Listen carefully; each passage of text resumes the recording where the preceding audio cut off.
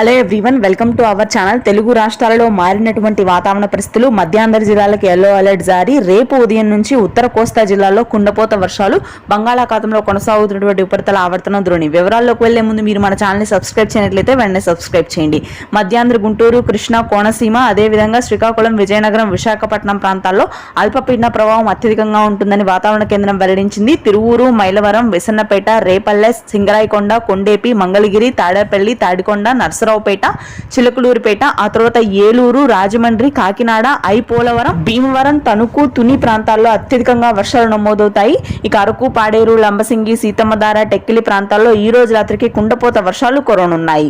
ఇక ఉత్తర తెలంగాణ జిల్లాలో కూడా ఇదే పరిస్థితి కొనసాగుతుంది. హైదరాబాద్ పరిసర ప్రాంతాల్లో మోస్తరు వర్షాలు నమోదవుతాయి. ఇక నిజామాబాద్, ఆదిలాబాద్, నల్గొండ, ఖమ్మం, భద్రాద్రి, కొత్తగూడెం, ములుగు, మంచిర్యాల, రాజన్న సిరిసిల్ల, జయశంకర్, భూపాల్పల్లి ప్రాంతాల్లో భారీ వర్షాలు కురవనున్నాయి.